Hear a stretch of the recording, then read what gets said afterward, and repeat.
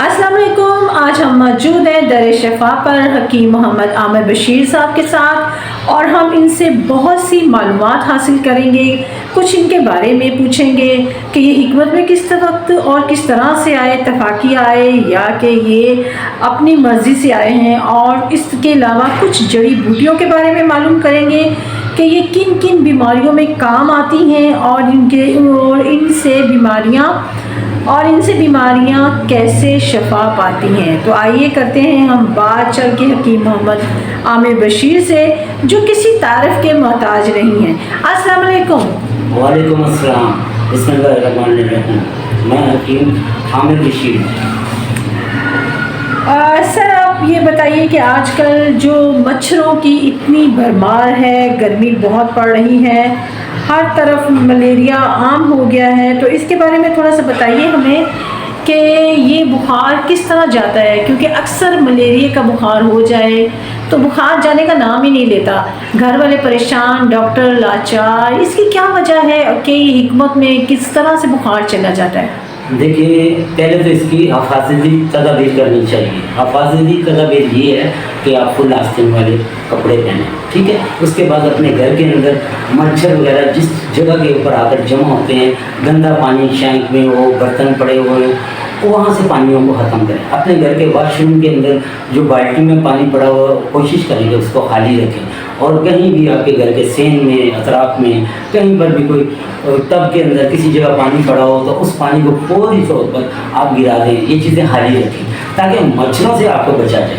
और इसके बावजूद भी मच्छर तो अटैक करते ही करते हैं। मच्छर तो एक ऐसी चीज़ है जो हर जगह पे पहुंच जाती है, अटैक करती है। मच्छर काटती भी है, सोए में भी काटती है। तो कोशिश करें आप खिड़कियाँ दरवाजे अपने बंद रखा करें, तो आपको आपकी पूरी भरपूर हिफाजत होगी। अब इसके मुतालिक बुखार के मुतालिक आते हैं तो बुखार जो है, इससे डेंगू भी होता है, इससे मलेरिया भी होता है, इससे बहुत से किस्म के बुखार होते हैं। तो लिहाजा ये है कि इसके अंदर इलाज किया जाता है। बेहतरीन इलाज हमारे पास है। आइए आगे। बहुत शुक्रिया।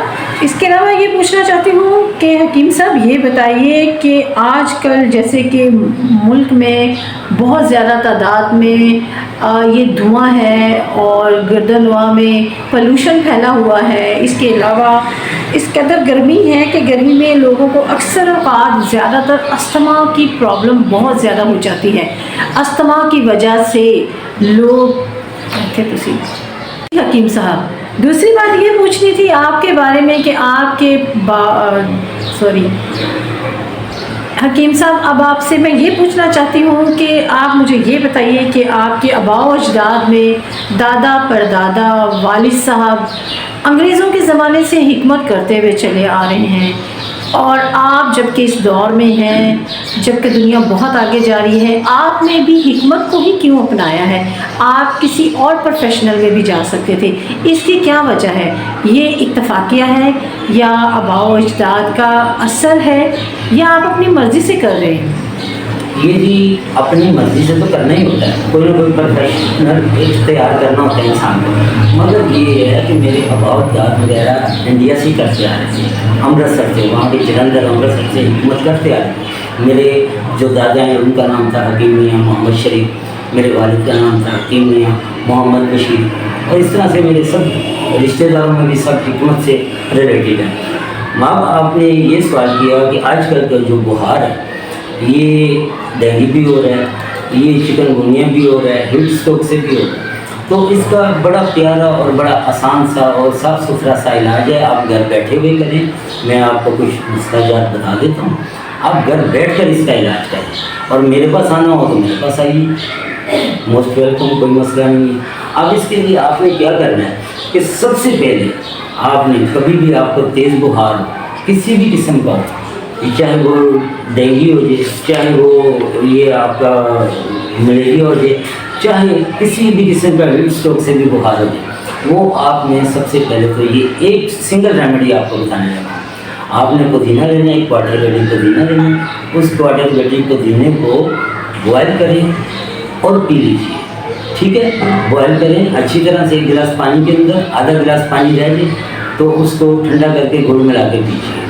ये आपके आजकल के जो बुखार चल रही है गर्मी के अंदर, اور اس کے علاوہ جو ہے آپ یہ نہیں لے سکتے اگر پودینہ تو آپ تھوڑا سا 1 انچ 2 انچ کا ٹکڑا ادرک کا لیجیے، اس کو تھوڑا سا ہلکا سا کوٹ کے آپ اس میں بھی 1 گلاس پانی ڈالیے، اس کو پکائیے۔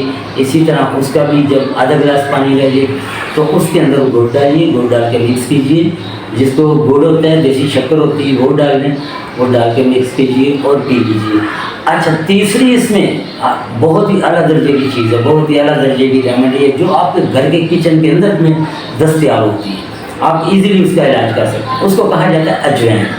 اگر پیسی ہوئی اجوائن آپ کو ملتی ہے اور تو وہ 1 چٹکی منہ میں رکھ کر آپ اوپر سے ایک ہلکا نیم گرم پانی پی لیجیے، بس انشاءاللہ اللہ پاک آپ کو شفا دے دے گا، کوئی مسئلہ نہیں ہے۔ باقی بخاروں کی قسم تو پہلے زمانے کے اندر جو بخار ہوتے تھے وہ صرف بخار ہوتے تھے اس طرح کے کہ جگر سے آتے تھے۔